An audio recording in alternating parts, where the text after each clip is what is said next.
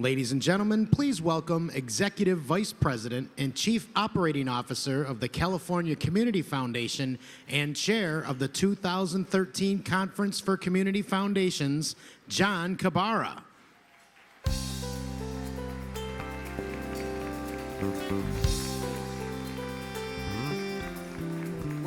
Welcome to San Diego. It's great to see all of you.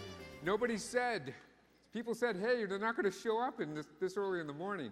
But welcome to the beautiful city of San Diego.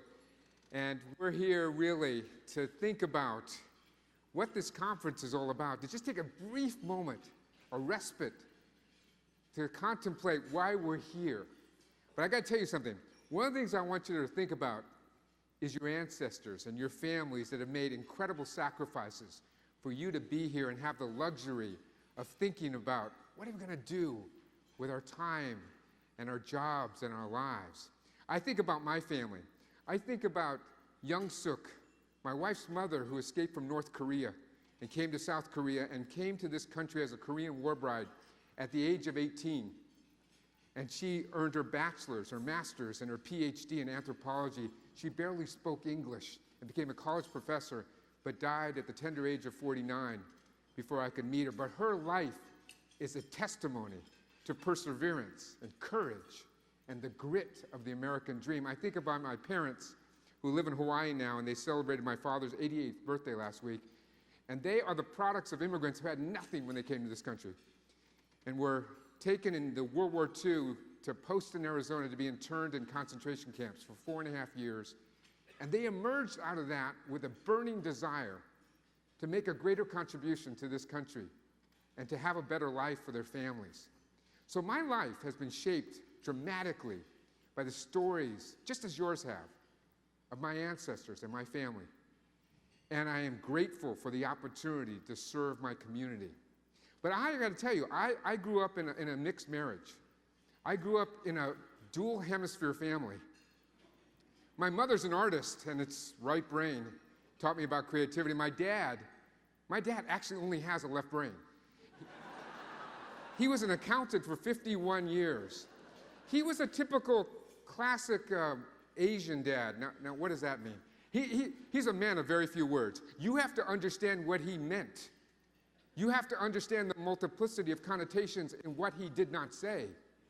I call it the Jedi parenting method. But he did say to me, as the oldest son in the family, I had to become a public person. That was one of the things he told me. Become a public person, John. Become a good speaker. Get connected in the community. Get associated with something larger than yourself, and you will be successful in this country. And he told me if I didn't do that, this is a true story, that I would have to go to a psychiatrist. But instead, I went to a community foundation. So we all have these great stories, but we live in a very fast-paced life where we forget these stories and our histories and our ancestors and the people that made sacrifices for us to be here today. We forget about our hearts and our minds and the needs in our community.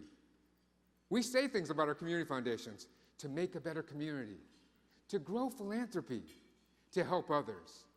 I don't even know what that means. Those are like Rose Parade themes.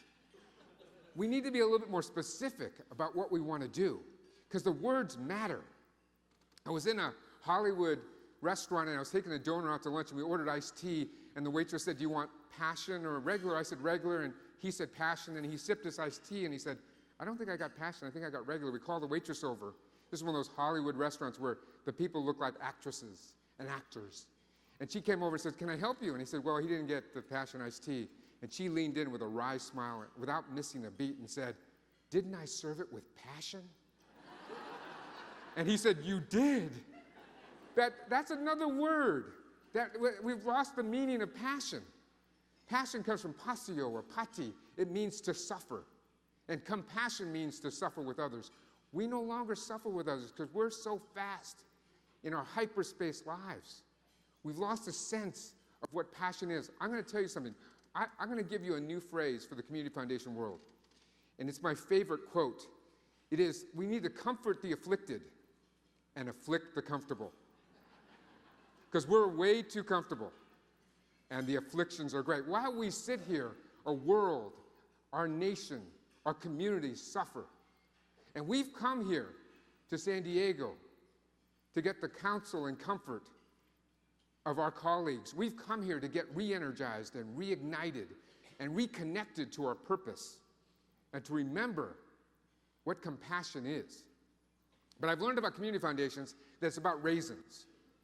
That life is about raisins. You know, it's about raising children, raising money, and raising hell. Because at Community Foundations, we have the greatest platform of all to make change and to pursue what we are passionate about. We've got to take advantage of that because our jobs are very difficult. We have impossible jobs.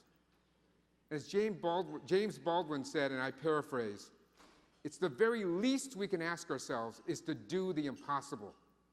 This world that we live in requires that we do the impossible. But how do we do our impossible jobs?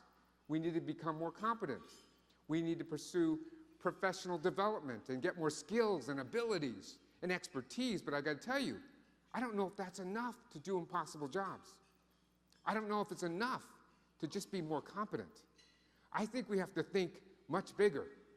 My favorite quote from The Little Prince, if you want to build a ship, don't drum up people to collect wood and don't assign tasks and work, but rather teach them to long for the immensity of the sea. We have to think bigger as it relates to our community foundation works. We have to make change. My middle daughter, Malia, she hates it when I tell this story, but she got a little extra DNA. She had a chance of getting to Stanford University. We went on a tour of Stanford, beautiful campus, amazing. She asked me during the tour, why are we here, Dad? I said, maybe you'll get in here, but I want you to see Stanford. We go into the room where they do the admission stuff, you know, and it's crazy because parents are crazy, I gotta just tell you. Parents are nuts. And I noticed on the left side of the room, there were huge human beings. I'm talking about 6'5", 300-pound human beings, parents and their kids.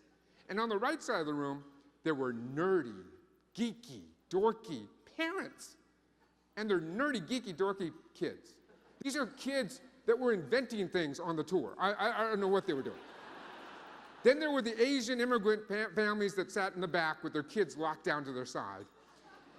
And we started the admissions process, and the guy says, who's the admissions director there, says, hey, you have to have high grades and high scores. And of course, people's hands go up because they don't know what that means. And this Asian woman right next to me raised her hand and says, my son, he has 4.5 GPA and a perfect SAT score. He gets into Stanford, right? And he goes, well, congratulations. This kid is just cowering in the side. Congratulations, but last year, Stanford rejected 1,128 perfect scores. We do not accept people just because they have a perfect score. And so people were very dissatisfied with that answer. Hands go up, parents are going crazy. And he said, well, look, let me set you guys straight, because you guys are really messing up my presentation. I want to tell you who does not get into Stanford University, because I want to make it very clear who we do not accept. When we get these applications, we lop them off of the process immediately. We call them well-balanced students. We hate well-balanced students because you parents have made them. You've told them to take 2 years of trombone and 2 years of community service and 2 years of leadership and 2 years of this and 2 years of that. That's every single student that applies to Stanford University. We hate them and we cut them out of the system. We only want well-lopsided students. Students that have passion that they have pursued on their own for 4 years. And all the big people go, yeah, what are you talking about? Yeah, that's what we do. And all the geeky, dorky, nerdy people are going, yeah, we got passion, what are you talking about? All the Asians are going, what? And this guy was in front of me with a little kind of baggy pants and a hat askew, and he didn't have a parent. And he raises his hand, he goes, excuse me, man, you're telling me I could get into Stanford on video games? And the admission director went into a 20-minute speech about game theory, about game framing, about the future of games, and how that was his path to Stanford University. I looked to my left, and all the Asian kids looked at their parents and goes, video games! We have to get passion and lopsidedness in that passion because it is critical to the advancement of what we do. It is the element that makes the difference from the extraordinary to the average. Passion is what takes us and ignites us and animates us to make us do what we need to do to help other people, because we need every tool in the box. We need every advantage to lead our agendas. We need to galvanize our grantees and our donors and our boards and our staffs to more deeply, intellectually, emotionally, spiritually engage in the work we do. Because we need to reboot our passion, and we need to refuel our compassion. Because the greater danger for most of us lies not in setting our aim too high and falling short, but in setting our aim too low and achieving that mark. Because it's going to take change to do what we're talking about. It takes big change. You know, when the sculptor is trying to get the sculpture out of the granite, it takes a hammer and a chisel to make that beautiful. And I'm telling you, with complacency and apathy and resistance, sometimes we have to use a hammer and a chisel to get that passion out of the stone of complacency. And I have to remind myself all the time that I can go to the greatest passion library in the world, our community. Because when we go out in the community and we see things, and what happens is all that you touch, you change, and all that touches you changes you, if you allow it to do our impossible jobs. Because what's important is we have to think about the faces of need. We have to look into the faces of need. When you see kids, you see the future. When you see people that have overcome disabilities and are stronger for it, you are inspired. When you meet people that have overcome tragedy and they see a better world and want to have a solution, when you talk to the immigrant entrepreneurs who see a better life, when you see the veterans who come back who aren't whole anymore, but who see a big opportunity for them to contribute to society, we have to look in those faces. We have to look in those faces and see ourselves. We have to look in those faces and see the possibilities that our futures are tied together, that we are interconnected and linked to the goodness within us. We have to think about our ancestors and our families and the people that preceded us with all the good work that help us get to this place, because our destinies are tied to one another. We have to take the hammer and chisel out and get that passion out of the stone of complacency, because we have to go beyond we. We have to go beyond me to get to the strength and strengthen the we in what we do. We have to remind ourselves that we are foundations of the community, but we are also community foundations to help us connect to the good for the people that follow us. So how are we going to comfort the afflicted and afflict the comfortable? We have a lot to be thankful for, but we have a lot to do. And ultimately, it is the passion within you, within each of us, that we have to activate to make this happen, to do our impossible jobs. Thank you for being here early in the morning. Thank you for bringing your passion. Thank you for what you're going to do for each other. And thank you for what we have to do and what we must do, because we have to serve with passion. Thank you very much.